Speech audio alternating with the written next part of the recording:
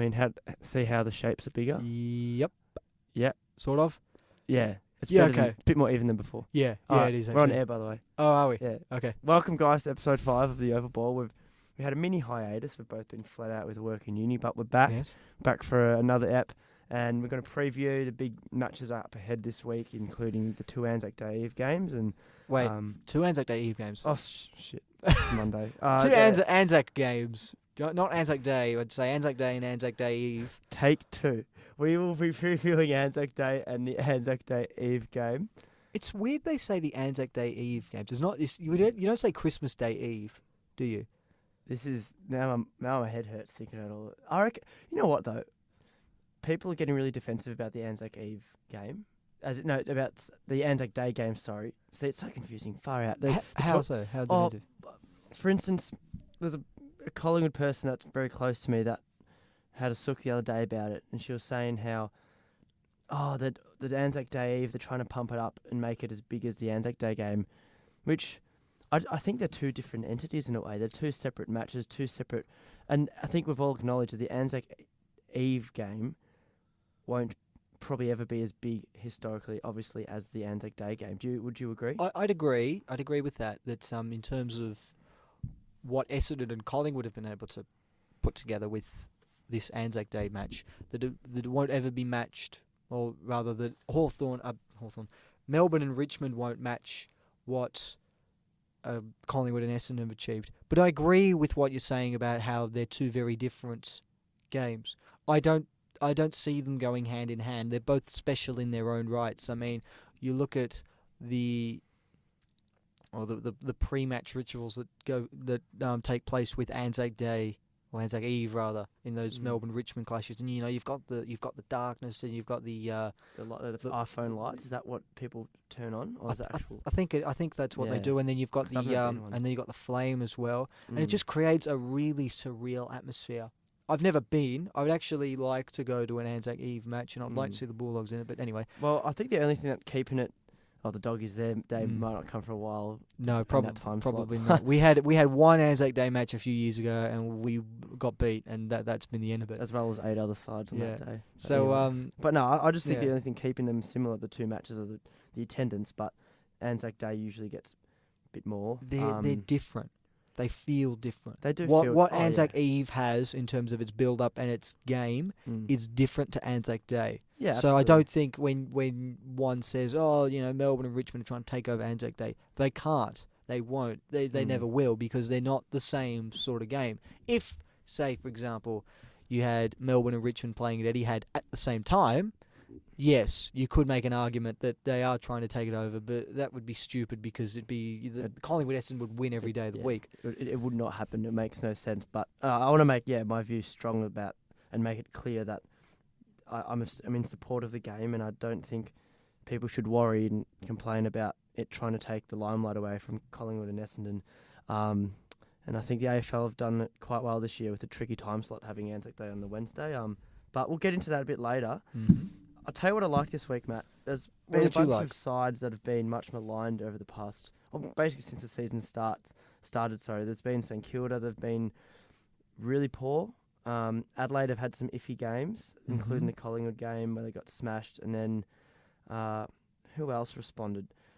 There was some other sides that I thought have been struggling a little bit of late.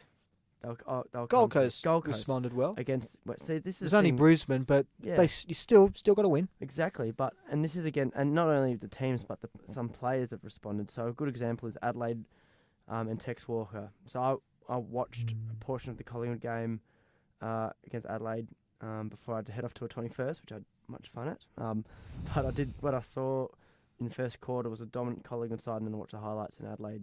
It was more than about Adelaide and how poor they were, and a captain in Tex Walker not playing as a captain, and he copped it all week. That week, he copped it after the game. There's an incident where he ran to the ball. Not only did he miss the ball, but he completely missed Jordan De Goey, and he either could have picked up the ball, got tackled, or either missed the ball and cleaned up a player. In footy, you've got those two options. If you go through and you miss everything, then it's not a great look. It's the worst case. So that was I feel like a lot of people isolated that and put the spotlight on that and made it a bit bigger than it was. But talk about a response. not only he came out with 5 goals, I think, in the end, or 4 goals, And he took that mark late in the game. yeah, and in the end he was actually playing on Buddy Franklin in the last minute, which not a lot of people noticed, and a lot of people saying, oh, the 2 goals were in their goal square and they were easy and they were lucky. I think I said that about Jake Stringer after his game against Port. Exactly, but I don't He think kicked 2 good goals. He Yeah. took 2 pretty good goals, but anyone can kick him in the goal square. But I seem to disagree with the whole thing that he didn't earn it, because I think you do make her in lock-in footy, and you do run to the right spots, and he was in the right spots in the right time, and not just him, but looking at Adelaide's response, I thought they were far better. They were more complete compared to the week before, and although I tipped Sydney, Adelaide surprised I think a bunch of us, because we thought maybe they're not as hungry as they were last year, or maybe they're not as focused. But St Kilda, we just talked about off air. I thought they responded against a side that I've seen live in GWS, and although GWS were off on that day, it did take a lot for St Kilda to at least draw with them. And this is the clear thing about footy. I don't think once you come off a poor performance, it's all about winning the next week necessarily. It's all about responding or playing better. And if you just miss out on the win or you get the draw, then in my eyes, it's better than nothing. The teams that respond have pride, and pride's a byproduct of that. But the teams that don't respond, which for a while there St Kilda didn't respond, and in the past we've had sides that haven't responded for a long, long time, then that's what is really, really worrying. But all those sides we mentioned, St Kilda, Adelaide, Gold Coast, they responded, you're right. Tex Walker as a captain, I think, good on to them. Good on to all those teams and those players, because they deserve it, but hey, they've got to play another few games. I'm looking forward to seeing us respond this week. So who you guys have this week? We've got Carlton. I just wonder on St Kilda, though, just quickly. Yeah. Wonder if they are the Giants' bogey side, because they tailed them up last year as well, and they could have easily won it, but the Giants never really got away from them this week. And I noticed a similar thing with Essendon a couple of weeks ago with the Bulldogs. We beat them, and that's been our best performance of the year. But our best performance of last year was also against Essendon. So I just wonder if teams have bogey sides. Yeah, I think there is a bit of science to it. I don't know if it's as clear cut and as. So it's hard to know whether St Kilda have really responded or whether it's more of a mental thing from the Giants. Well, maybe they're just well suited. I think they're well suited to play against GWS. They've got similar kind of mids that really love winning the ball. GWS have a bit more class, obviously. You're probably looking at the side with the least class versus the most class in the competition. But the way they play is very similar. They're both hard running, up and down. And when they're both on, they both like to be aggressive with the ball. Whereas if you look at a Hawthorn side, they're a lot different in the fact they like to be aggressive with their kicks and using the switch all the time. And so I think there's similar. My theory is there's a similarity. So St Kilda can match GWS at least. In that game style, but GWS at Etihad, they're a bit up and down. They've got a short history there, obviously, but it's not their ground of choice. I think they'd rather play in boring Canberra. They've got a way better record, but there's a few big hits coming out of the round, Matt. They have been. We'll talk about the one including Lindsay Thomas first. What a great start to his Port Adelaide career. I was at someone's house and I was watching that, and the whole home erupted in laughter. And it's sad because there's a player that was unconscious for a bit, and there was a player that was getting his head smashed into the ground by Geelong. But it's quite ironic, isn't it? Is it ironic? In what way? No, well, because there's a famous Alanis Morissette song called Ironic. But no, you'd think a player with so much history in those incidents would come back, fresh start, new side, big occasion, and one of his first touches, or he doesn't touch it, he just completely goes past the ball. I think the occasion gets to players sometimes, and you can get a bit carried away, and you don't really think. I mean, people say, "What was he thinking?" He probably wasn't, and that's not out of disrespect to the IQ of Lindsay Thomas. That's just people just don't think sometimes when they're out there and the adrenaline takes over. I mean, you say, "What are you thinking?" You just weren't, and I don't think he was thinking. I reckon if he had his time back again and thought about it, he'd go, "Yeah, maybe taking Scott Selwood out off the ball with a head high bump's probably not the wisest move I can make." Maybe it wasn't the first thing I should have done, but yeah.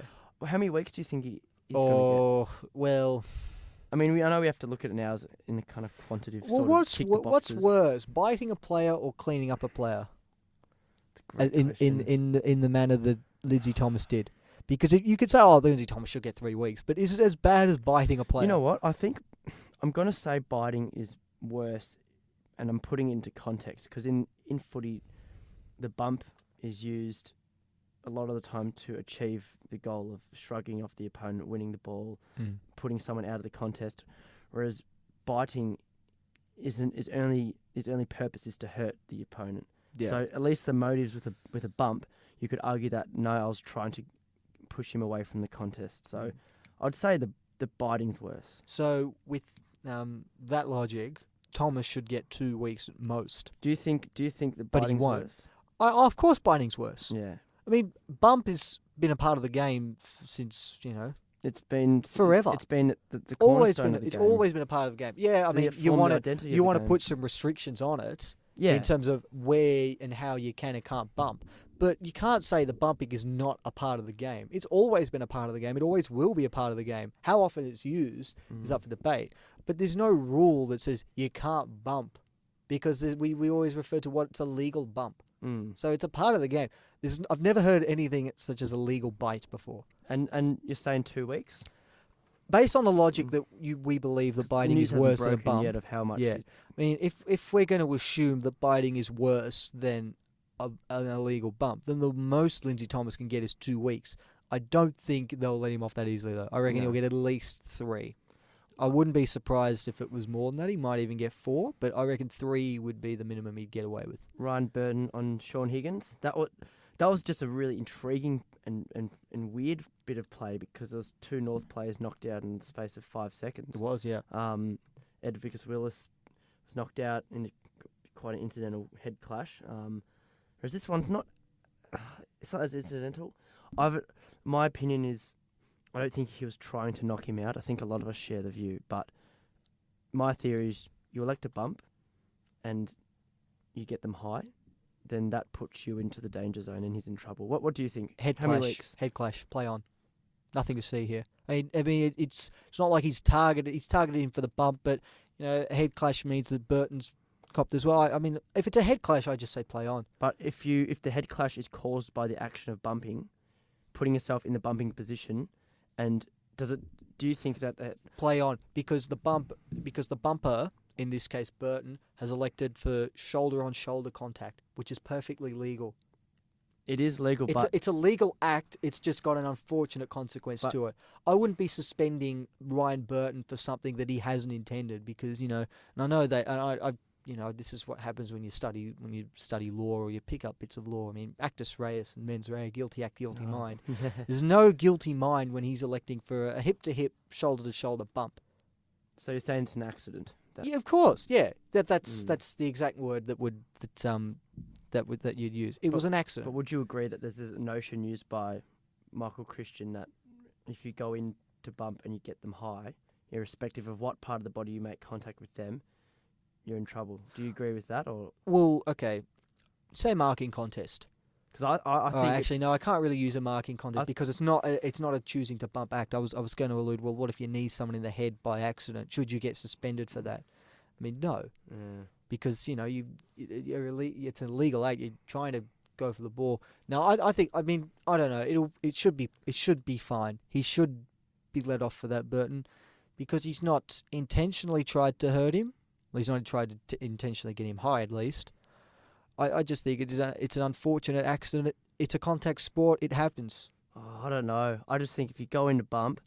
No, I'll tell you what will happen. Yeah. Burton won't get off. I'm telling you what I think should happen. I'm not telling you what will happen. Burton will get... He will get at least a week for that. I think he will, but that's because I think there's that... Back to that whole notion of if you elect to bump, you get him high, you're in trouble. We're both, in a way... We don't know what's going to happen. I can tell you now. I'd be very surprised if he got let off. But if I was Michael Christian, I'd be saying no, because we talk about deliberate, insufficient intent for Burton to hurt Higgins on that one. Congratulations to Sean, by the way, on his birth of his child. What a weird day. He started that. The day Yeah, at he the started the day in hospital and he Yeah. finished it. He went to play the game of footy and he ended What up a in hospital day. too. What a day. Yes. Anyway, I guess we'll agree to disagree on that one, but it'll be Mhm. so interesting to see what happens tonight because tomorrow it depends if it ends up in the tribunal. Oh, They might take it to tribunal if he No, gets pinged. don't they do it? Don't they release their findings the day after the incident? Yeah, so we haven't heard anything. I've been researching and we haven't before we came on today, and I haven't seen anything. So there What may do you be- think of the Zerha incident? I'm not sure who Oh, he pushed into the fence. I didn't like that. I thought What do you think he will get anything for I that? think he'll get a week. Yeah? Because although Mira wasn't taken out of the No, game that was it. by injury or concussion, you got to understand that the part of Christian's role, it's a bit like goes back to the old court of law adage that you make an example out of offences to make sure no one else does it again. I think what Zohar did, Would that be precedent? yeah, a bit of They, precedent, they but don't just they don't apply the they law don't- of precedent at this at this level. They instance don't. But or in this context of yeah, the MRP, which I think is wrong. Those that don't know though, the incident, David Mira was running flat out towards the ball. Zerha was right behind him, maybe 2 meters, and then as the ball trickled out into the boundary line, and this is at Etihad, mind you, where the fence is close Mm-hmm. to the boundary line. Zerha just with his shoulder and his forearm forced Mira in the back, causing him to run into the fence, and he was out and about for maybe 2 minutes before the trainers could actually get him up. So I think it's you know what? I'm going to be a bit controversial about it. Yeah. I think that it's a worse act than Lindsay Thomas's act, because Lindsay Thomas went for the player and tried to nail the player, whereas this guy used a man's momentum against him and hurled him towards a metal fence, which has been in the news lately about how it could cause Yeah, laceration. well, they're lucky he didn't do it at Optus Stadium. Oh, mate, Mira wouldn't have walked off the field if it was off No. the stadium. But No. I just think, you know what? You're a young player. You have no right to... And I'm not saying Chris Judd ever had a right to do it, but you're a young player.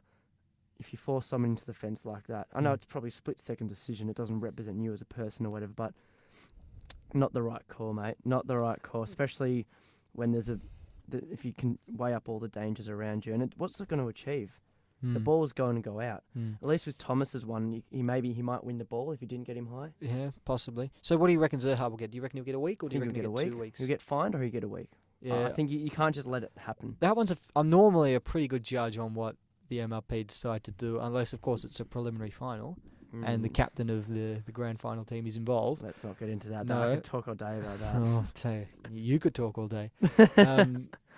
Yeah, But I'm normally a pretty good judge, but I'd say that one is borderline. yeah. It's a 50-50 each way bet. I'm pretty confident that Burton will get something, even though he shouldn't. I feel like the next 24 hours before the media pulls its attention towards the two blockbuster games, a lot of it will be about, actually the bulk of it would be about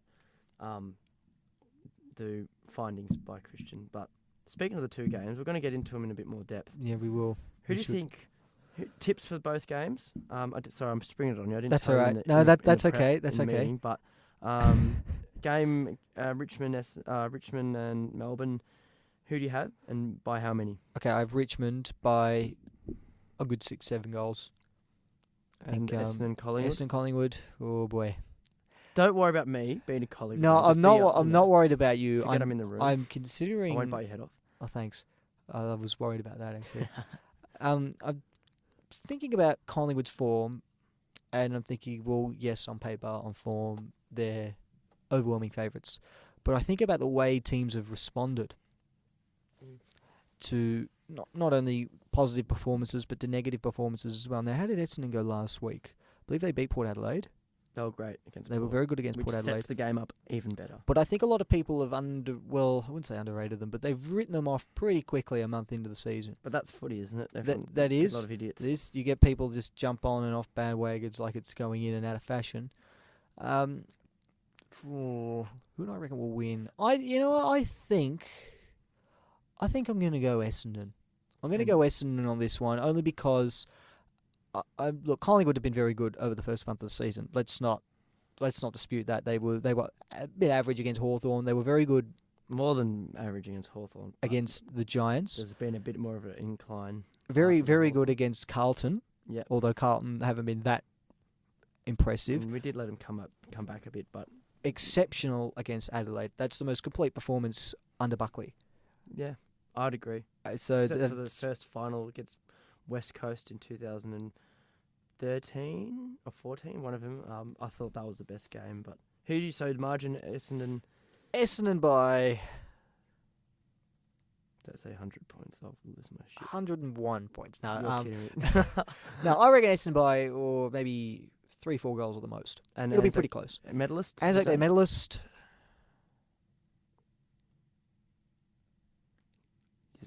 No Jake one- Stringer. Oh, No. Let me think about this one. rather Stephen Milne. Oh, I mean, damn. if you think Stringer, then you think. No, I was Stringer. going to say Jobe Watson, but he's retired, isn't he? It's a bit late. A little bit late. He's already had his. Anzac Day medalist. Well, look, if I think Essendon will win, it'll probably go to an Essendon player.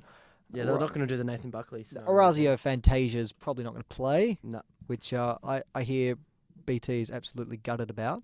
Yeah, he's got the call as well, I think. Oh, no. I reckon, who do I reckon will win it? I reckon Danaher will win it again. Yeah. He won it last year. If Essendon to win, he's got to play very well. He's due for a big game. He hasn't been Mhm. great this year at all. Yep. I think if Essendon have to win, Mm. Danaher has to play a very, very good game. So I'll go Danaher. Hooker down back. Prefer him back forward. No. Leave Hooker in the forward line and put Stringer down back. What? Is that a piss take? You actually... Oh, is this big... Of course it is. This Why big would Anzac Day Why would you experiment? play an All-Australian forward in the back line and an All-Australian defender in the forward line? May as well play Caleb Daniel in the ruck. Jake Stringer Don't give Luke doesn't have Beveridge defensive any brain. idees. He put Brett Goods in the ruck against Aaron Sandlands when he was starting out. Brett Goods. Brett Now Goods. Goods isn't. Go He's a get- decent back flanker. Not a ruckman. So hopefully, Glad we Uh, haven't got. Glad we haven't got too far. hopefully Luke Beveridge is listening, and if there's an idea for you, I know it's going to piss Matt off, but hey, AFL's about innovation, and Tom Boyd, the forward most likely to kick a goal for us on the weekend, spent half the match in the ruck, Luke. Maybe you should put him in the forward line this week where you've got two out of sorts, low on confidence key defenders. Put Tom Boyd in the goal square. He might even kick some goals. there you go, Luke. There's a bit of feedback for you. Wise words of wisdom, Luke. Take it from someone who's watched this game for a lot less than you have. I think that Melbourne will respond, like we spoke about in the start of the app about how teams should respond, and I think Melbourne have a bit more pride. I'm not going to, Yes. as we said, they're idiots that just jump off after one bad game. I'm not ready to jump off Melbourne, although what I saw was insipid. I'm not ready to jump off. I think they'll respond, but I think Richmond have a bit too much speed around the ball, and I think Richmond will win. Although it's just been announced that Vlosten probably won't play. and Vlosten and there was somebody else. Caddy, I think it was. Caddy. Yeah. So Caddy. that's a loss, and it gives It Melbourne is. more of a shot. It But I does. think Richmond by a goal. BOG Okay. will go to Bashahuli. I think he's just been robbed of winning best on grounds. Is he playing? Give me that face as he's not playing. Well, I was just thinking Bashahuli was an interesting one because I was going to bring up the Hope he's playing, 'cause if- the ground. Well, yeah, going to be difficult for him to win Bash is the not best on ground. If Bash he's is not playing. playing, then Rance, because Rance is Rance. Look, Dusty could get 4 kicks and he'll still And win then it. there's that guy, whoever he Yeah, is, Dustin Martin. And Anzac Day. Yeah, Look who up. do you- I'm a bit superstitious, and I think Collingwood will win by at least a couple of goals. But just to break the superstition, I'm breaking the superstition. But I'm just gonna say Essendon because I'm being superstitious. If that Okay. makes sense. I don't want to jinx Okay. myself. So All right, yeah, I think yeah. Collingwood will win, but hey, touch wood. Essendon Yes, will I win. On the record, Essendon will win. Anzac medalist. I think. Imagine if. Oh, no, sorry, you go first. No, what are you saying? No, you go. I think Brody Grundy Okay. is in line to win because Bell Chambers can't cover the ground as well as Brody, and he's might struggle. What a story it would be if Collingwood won and Jordan De Goey took home the Anzac Day medal. That would be. He's a player that's definitely good enough to be I just a dropped best my on pen, ground. guys. That's how excited I. That would be a heartwarming story because this talk about a guy that's just been absolutely bashed this year. And when you're a Collingwood player, you get a few more knocks than Yes. a Gold Coast player would, just because of the Yeah. climate. We won't go back into that whole story, and we all know the shocking mistake the shocking decision he made.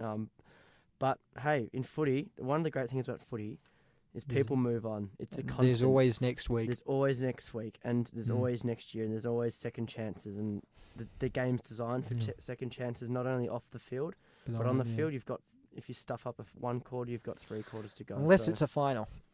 Unless it's a final.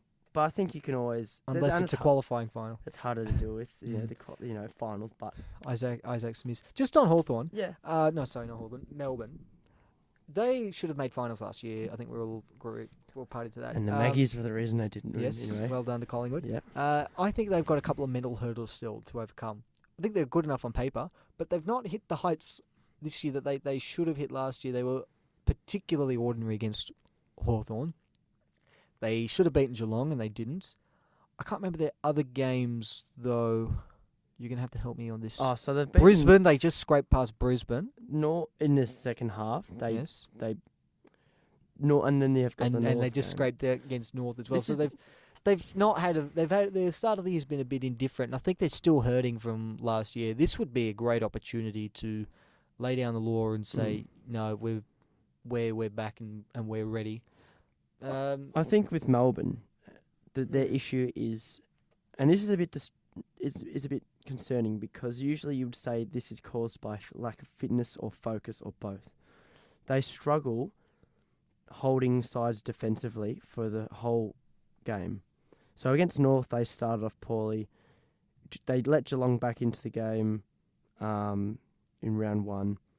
You spoke about Brisbane, how Brisbane had them close by for half the game. I just think that their issue at the moment is staying in games defensively and they capitulate. Against Hawthorn, they kicked 5 goals in the first quarter. We think it was going to be the other way around. But I just think that... But you know what? If they win this week, I'm not going to be surprised, because it's a bit of a trend. Teams that have a really hard run and by the media and fans and have a shocker of a week usually come out in response. So if they win, although I tip Richmond, I wouldn't be surprised if it went the other way. But they got news coming in with the MRP. Yeah, just got something here from Nerily Meadows. You're hearing it. We're breaking it live from the Oval Ball. Nerily. Sicily and Thomas sent directly to the tribunal. Sicily. That's what she's told me, or she's told the public. James Sicily. James. Yeah. Well, that's the only Sicily, isn't it? No, yeah. That's not a typo. What did he do? No, I don't know what he did. Joel Selwood, 1 week for striking Thomas. I saw that. That was very similar to Lockie Hunter's Thomas 1 week for striking Selwood.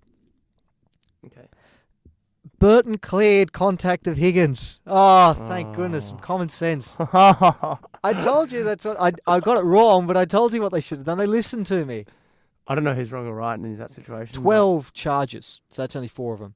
But there have been 12 charges. So the big thing out of that is James Sicily.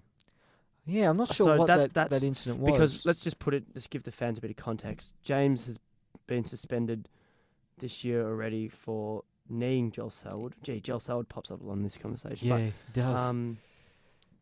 We're just trying to find the incident now.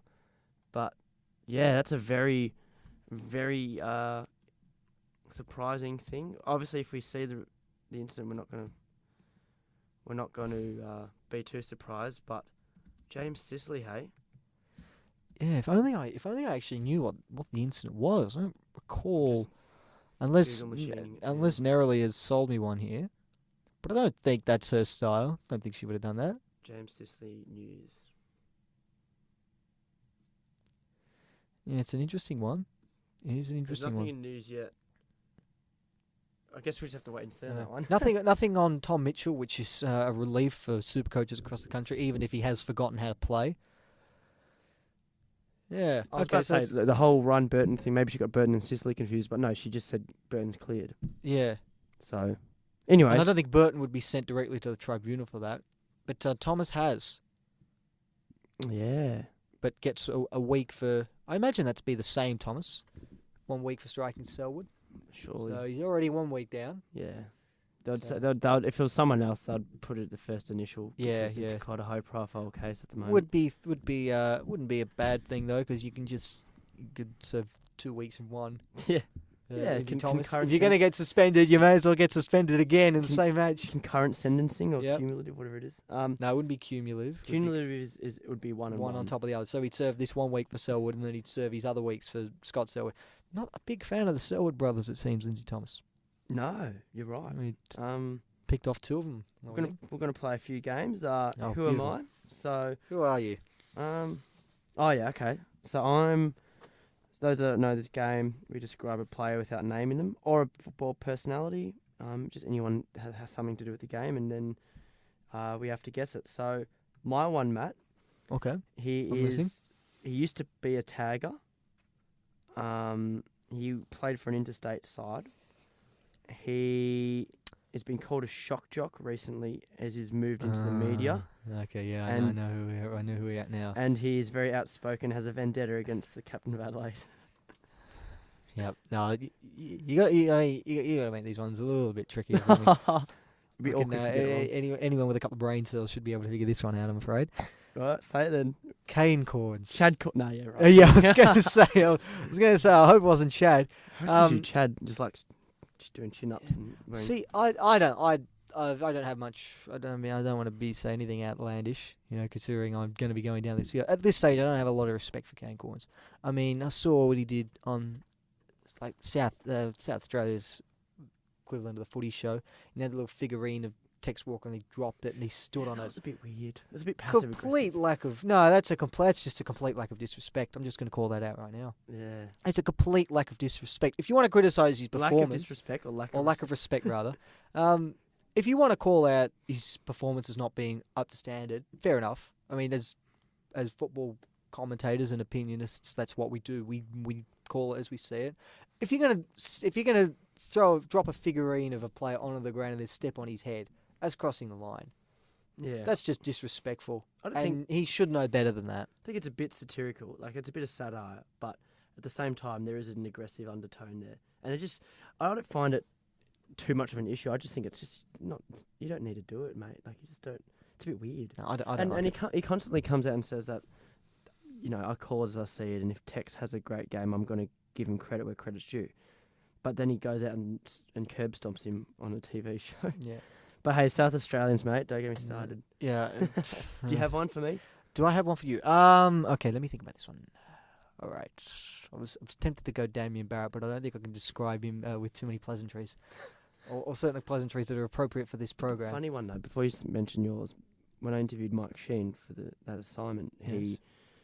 he spoke very highly of Damien Barrett. Do you really? And now I think a bit differently about him because of this high appraisal from... Okay.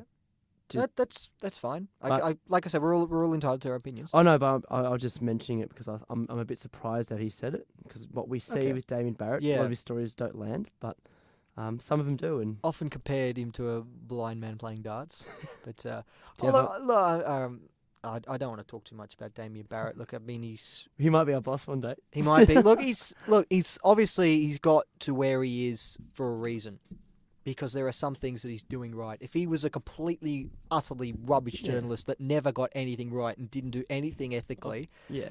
or ethically proper or ethically correct, he wouldn't be where he is. So Mm. he's obviously doing some things right, but hey, we can't agree with everything he reports, but that's fine.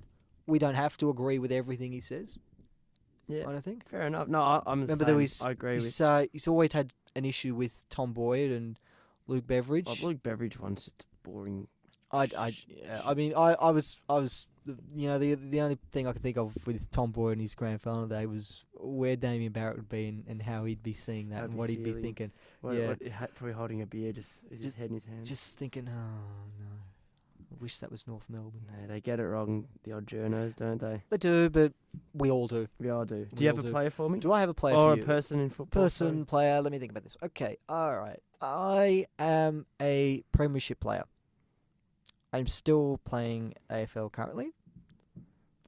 No, my form hasn't been too great with this, so the pressure's on me this week. Okay, all right. Okay, I've gone for a keep going. a keep going. semi-obscure one, but well known in some corners. Okay. I am known for my reliable goal kicking.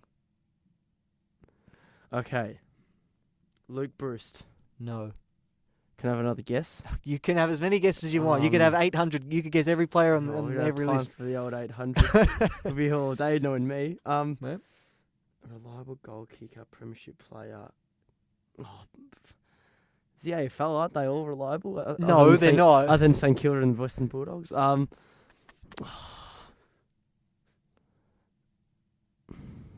Tory Dixon. Yes. You got it. No, And you just said, that's- they're that's all my greatest reliable achievement. except St Kilda and the Western Oh, Bulldogs. you know, he's all right. But He's the rest yeah. of them So they can't. no, catch I'm just going to get up Tory Dixon's He numbers. did his hammy, didn't he? He did on the weekend. But That was before gonna, that, he's had a that bit was of gonna interrupted be- start of the year. just the 2 games. He kicked, or 3 games, right? He kicked 2 goals against Sydney. So in 2016, that premiership year, he kicked 40 goals, 17 Gee, as a small forward. as a small forward. And in 2015, which is his best season, he kicked 50 goals, 12 Do you know how many bets had that year? Do you have that? in 2016. Yeah, can you call that up on that thing there? Yes, I'll have a go.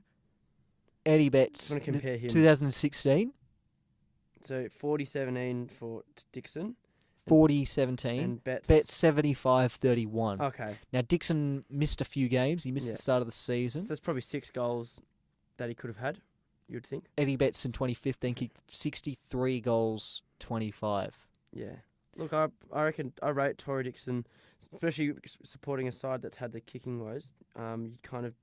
We did envy someone like Tory Dixon. He was, Last year. his 2015-16 seasons were very, very good. He's had, he had a 7-goal haul. He's had a 6-goal haul. Other than that Hawthorn game, in that final, he's a dead-eye dick really throughout that whole year. So credit to Tory. He was. We're going to play our 15 goals in 5 finals. 15-5. Yes, he kicked. Yeah, and 4 goals, 1 in the prelim, 3 straight in the grand final from 7 kicks.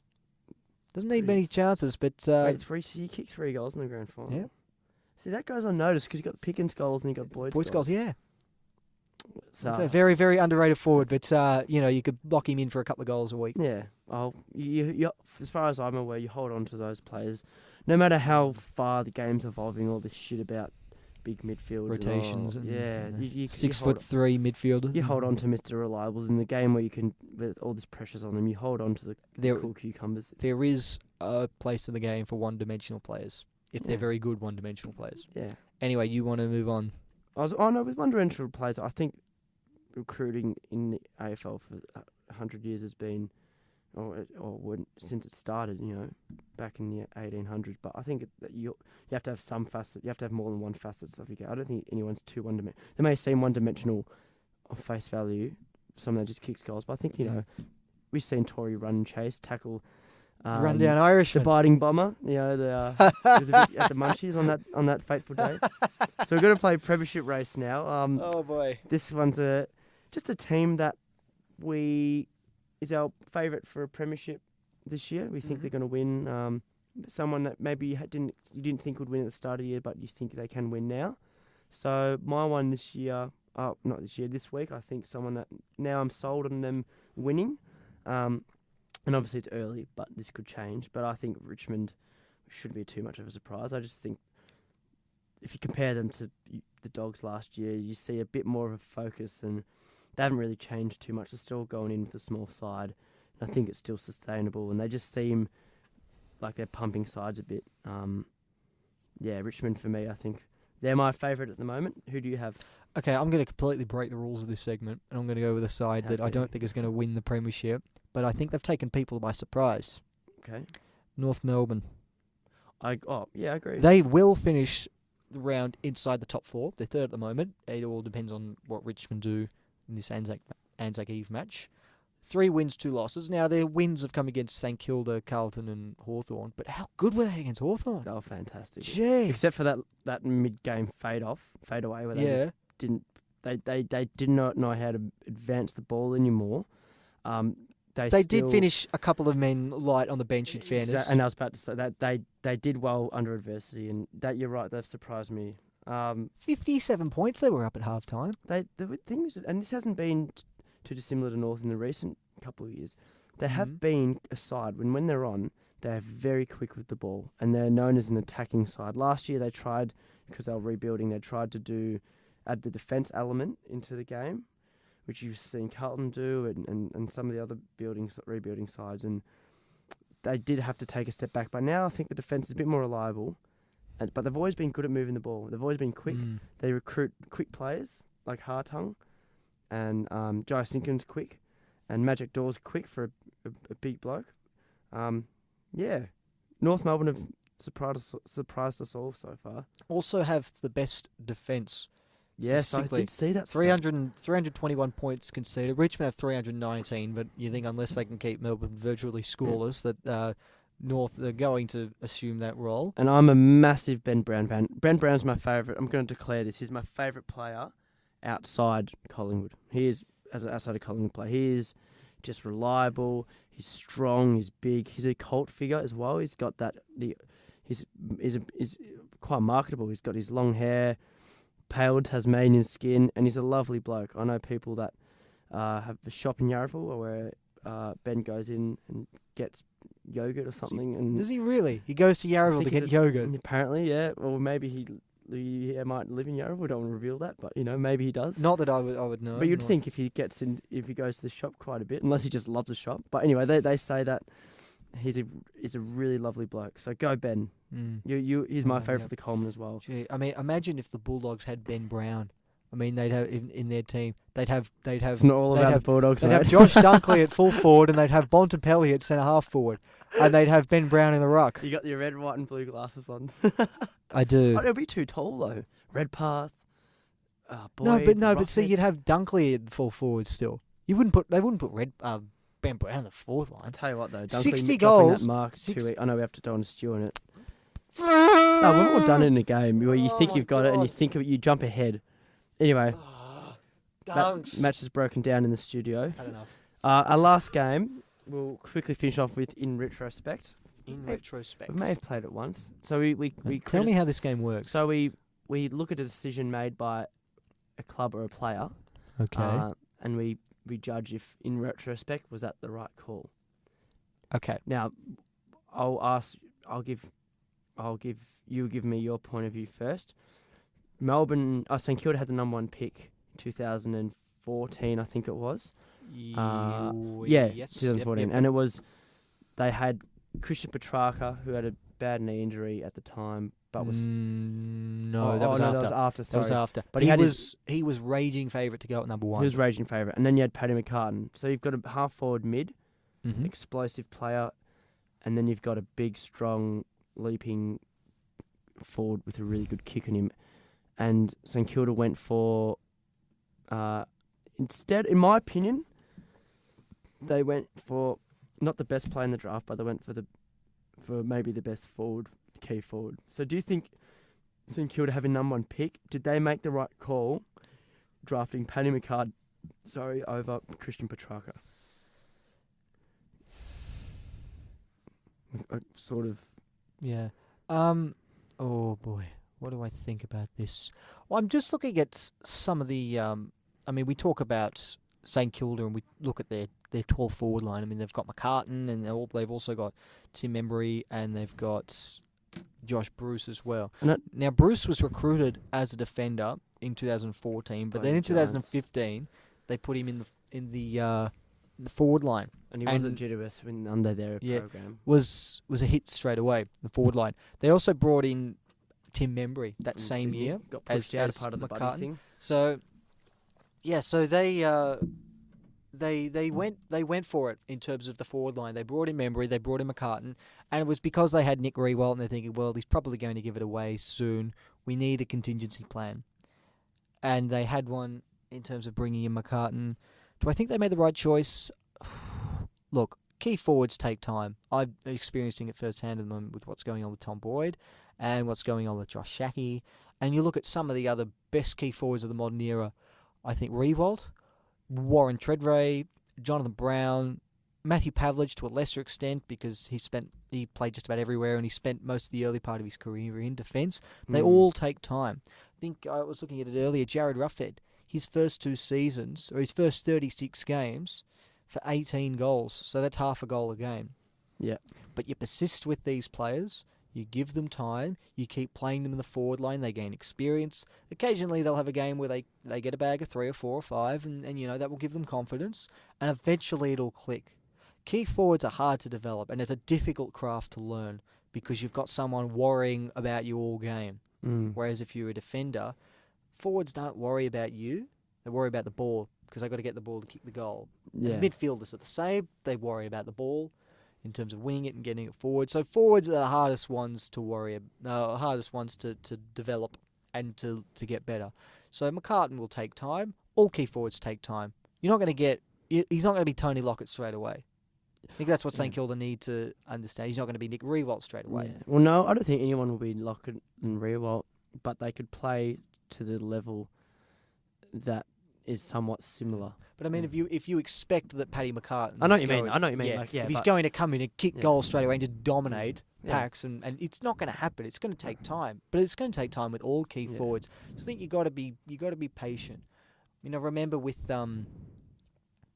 it reminds me of the Watts v Nick Natanui draft in 2008. Yeah. Where I think Watts was taking forever, and then Nick Nat came in. It was a star straight away, and people going, well, what's going on? Why do they pick Watts instead of Natanui? And a lot of people said, well, give it time. Give it time. Watts is a key forward. He'll get better, but he's not going to have an impact as quickly as Natanui did. Now, as it turns out, you probably would still pick Natanui over Watts, but it's not like Watts hasn't improved. Yeah. His best season of his career was last year for Melbourne, and he's been pretty good so far. Port Adelaide. I think your view is really important. That some of the listeners that might not understand that, you're right. Key forwards don't flourish straight away because they're bigger, they're heavier, they're taller, they're not as agile. Mainly so that in a game where you need all these attributes, and they've got a limited set of attributes compared to a midfielder. You're right, they do take time. I think it's a risky one to talk about, and I brought it up because it does sort of, I guess we are taking a risk with this question. One, we're not, I would never have a go at like I've had a go at Melbourne in the past for the whole Natanui Watts decision, and I was wrong to do that because it is, hence this segment, in retrospect, or in hindsight, you just don't know what's going to evolve. You've only got the player at that time in front of you.